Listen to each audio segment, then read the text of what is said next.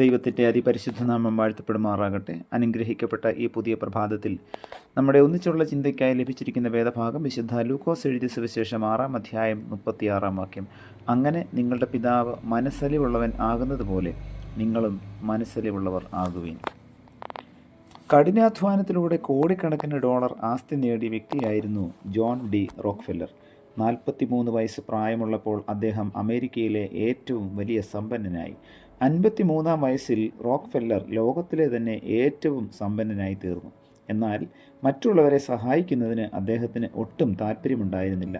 കൂടുതൽ പണം സമ്പാദിച്ച് കൂടുതൽ ധനികനാകണം എന്നതായിരുന്നു അദ്ദേഹത്തിൻ്റെ ആഗ്രഹം.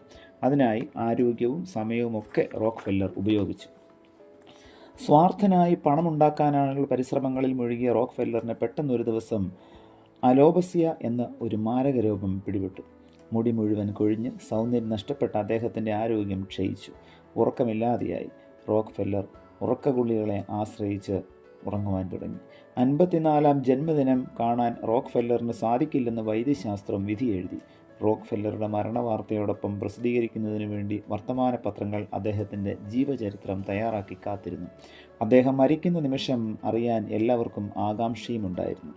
താൻ സമ്പാദിച്ച സ്വത്ത് നിരർത്ഥകമാണെന്ന് റോക്ക്ഫെല്ലറിന് ബോധ്യപ്പെട്ടത് അപ്പോഴാണ്. മനുഷ്യന് ഉപകാരപ്രദമായ ആവശ്യങ്ങൾക്കായി തൻ്റെ സമ്പത്ത് ചെലവഴിക്കുവാൻ റോക്ക്ഫെല്ലർ തയ്യാറായി. അതിനുവേണ്ടി റോക്ക്ഫെല്ലർ ഫൗണ്ടേഷൻ എന്ന സേവന സംഘടന അദ്ദേഹം സ്ഥാപിച്ചു. യൂണിവേഴ്സിറ്റി വിദ്യാഭ്യാസം, ആതുര സേവനം, ഔഷധ നിർമ്മാണം, പാവപ്പെട്ടവരെ സഹായിക്കാനായിട്ടുള്ള പദ്ധതികൾ, മിഷൻ പ്രവർത്തനങ്ങൾ, മാരക രോഗങ്ങൾ ബാധിച്ചവരെ ശുശ്രൂഷിക്കാൻ പ്രത്യേകം സ്ഥാപനങ്ങൾ എന്നിങ്ങനെ വിവിധ മേഖലകളിൽ റോക്ക്ഫെല്ലർ തൻ്റെ പണം വിനിയോഗിച്ചു. അനേകർ അദ്ദേഹത്തെ സ്നേഹിക്കുകയും അദ്ദേഹം മറ്റുള്ളവരോട് മനസ്സ് തുറന്ന് ഇടപെടുകയും ചെയ്തു തുടങ്ങി. ക്രമേണ റോക്ക്ഫെല്ലറുടെ ആരോഗ്യം മെച്ചപ്പെട്ടു.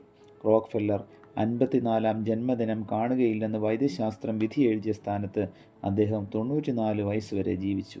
ദാനം ചെയ്യുമ്പോഴാണ് സമാധാനം ലഭിക്കുന്നത്. സമയവും താലന്തുകളും മറ്റുള്ളവർക്ക് വേണ്ടി ഉപയോഗിക്കുമ്പോൾ പ്രിയമുള്ളവരെ, നമ്മുടെ ആരോഗ്യവും വർദ്ധിക്കും. പ്രാർത്ഥിക്കാം. പ്രിയ കർത്താവേ, നൽകിയ നല്ല വചനത്തിനായി നന്ദിയോടെ സ്തോത്രം. കർത്താവെ, ഞങ്ങൾക്ക് നൽകിയിരിക്കുന്ന സമയവും താലന്തും മറ്റുള്ളവരുടെ നന്മയ്ക്ക് വേണ്ടി ഉപയോഗിക്കുവാൻ തക്കവണ്ണം ഞങ്ങളെ അവിടുന്ന് സഹായിക്കണമേ.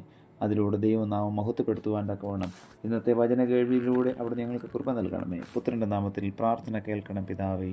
ആമേൻ.